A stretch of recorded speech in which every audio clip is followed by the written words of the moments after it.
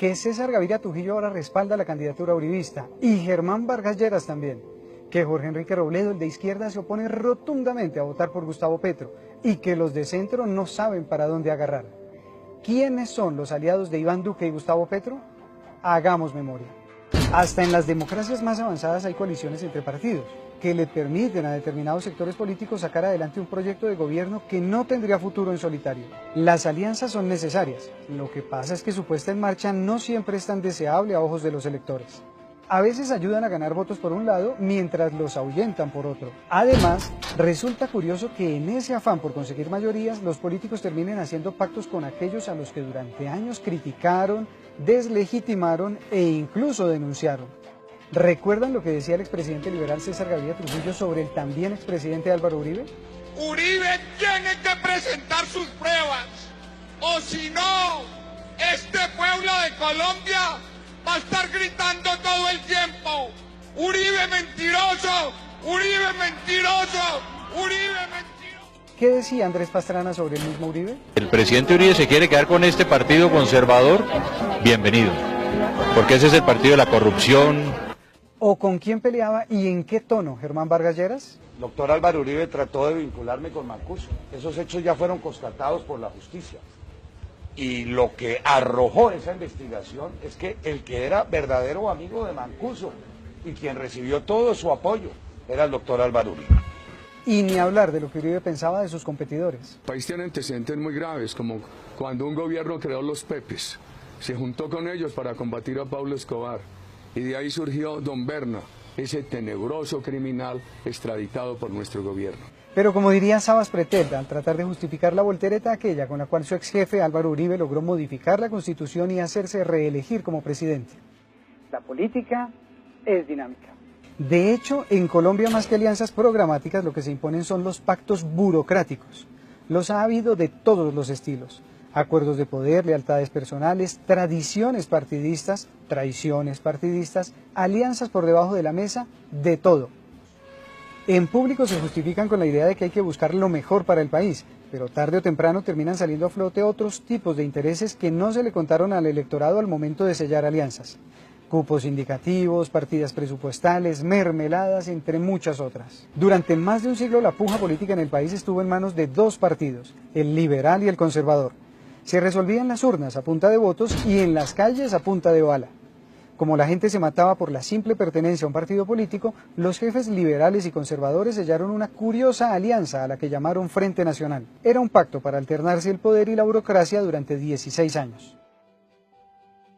Otra alianza muy recordada es la de las elecciones presidenciales de 1998, cuando Horacio Serpa, el candidato liberal, perdió frente a Andrés Pastrana, quien no solo fue apoyado por el conservatismo, sino que hizo pacto con el sector liberal de Alfonso Valdivieso. Uno de los puntos en común contra Serpa y Samper era el escándalo por el ingreso de millones de dólares de los narcos a la campaña presidencial de este último. El pacto entre Pastrana y los liberales se llamó Gran Alianza por el Cambio. Por el mismo año se gestaba una coalición independiente liderada por Noemí Sanín, Antanas Mocus y Carlos Lleras de la Fuente, que sacó 2,8 millones de votos en las elecciones presidenciales. En 2002, Álvaro Uribe se postuló a la presidencia por fuera del Partido Liberal y ganó haciendo oposición a Andrés Pastrana y su proceso de paz con las FARC. Se dijeron de todo y mucha gente creyó que sería imposible verlos algún día en la misma orilla. Ese año los conservadores escogieron como candidato presidencial a Augusto Ramírez Ocampo, pero lo abandonaron al ver que no marcaba en las encuestas.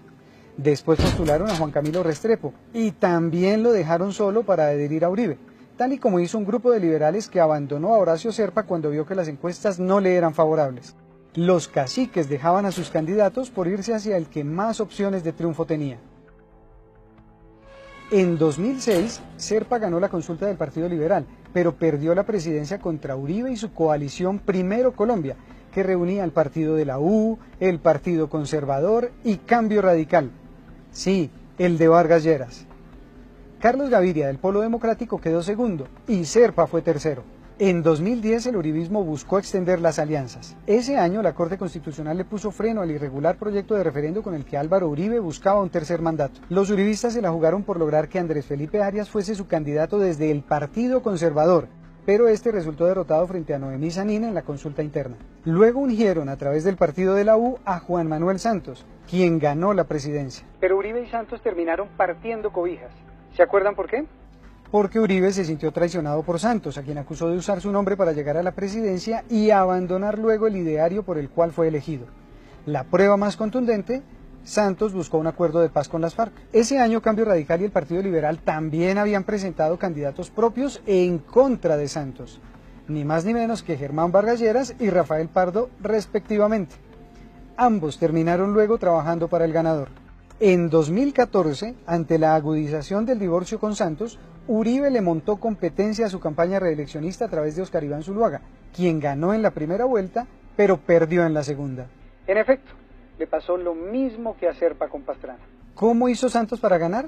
Pues montando una alianza entre el partido de la U, el de Santos, el Partido Liberal, de César Gaviria, Cambio Radical, de Germán Vargas Lleras, y el Movimiento Progresista, de Gustavo Petro. La defensa de la paz era la bandera que los unía. En 2018 todo volvió a cambiar para la primera vuelta presidencial. Barajaron de nuevo. Vargas Lleras hizo campaña en contra del proceso de paz logrado por el gobierno para el que él trabajó, pero perdió en primera vuelta. El candidato liberal Humberto de la Calle hizo lo contrario. Salió a defender el acuerdo con las FARC que él mismo había liderado, pero también perdió. Le fue mejor a la candidatura de centro de Sergio Fajardo, que logró 4,5 millones de votos, aunque no le alcanzó para pasar a segunda vuelta. Y Uribe, después de 8 años en la oposición, volvió a ganar en una primera vuelta a través de Iván Duque, el más novato de los candidatos. Gustavo Petro pasó a segunda vuelta con el Movimiento Colombia Humana, que obtuvo la segunda mejor votación. Llegó otra vez el momento de las alianzas y apenas 3 días después de la primera vuelta quedó armado el mapa. Los liberales, liderados por César Gaviria, terminaron uniéndose al candidato presidencial de Álvaro Uribe, del mismo expresidente del que antes decían que... ¡Uribe mentiroso! En otras palabras, el partido que impulsó el histórico acuerdo con las FARC terminó respaldando al candidato que se opuso a la iniciativa. Y de la Calle terminó solo hasta para decir que votará en blanco. Los conservadores, después de 2 periodos en la oposición, le apostaron a regresar al gobierno apoyando al uribismo. Así se han mantenido en el poder, pues hace 20 años no tienen candidato propio con posibilidades de triunfo. Ellos dicen que Duque sí lo representa, porque fue escogido por voto popular en consulta contra la candidata conservadora Marta Lucía Ramírez, su fórmula vicepresidencial. Por los lados de Cambio Radical, Germán Vargas Lleras trabajó en el gobierno que hizo la paz, pero su partido también terminó apoyando a Duque.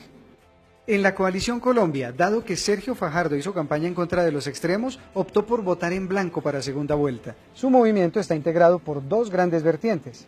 Los verdes, que rechazan contundentemente la candidatura uribista, pero pusieron condiciones para apoyar a Petro, y el Polo Democrático, que por mayoría decidió apoyar a Petro, pero tiene un sector liderado por Jorge Enrique Robledo que optó por el voto en blanco. Los acérrimos rivales de ayer son los mejores amigos de hoy. Y los que se daban palmaditas y se juraban lealtades terminan ahora en orillas opuestas. Sí, la política es dinámica.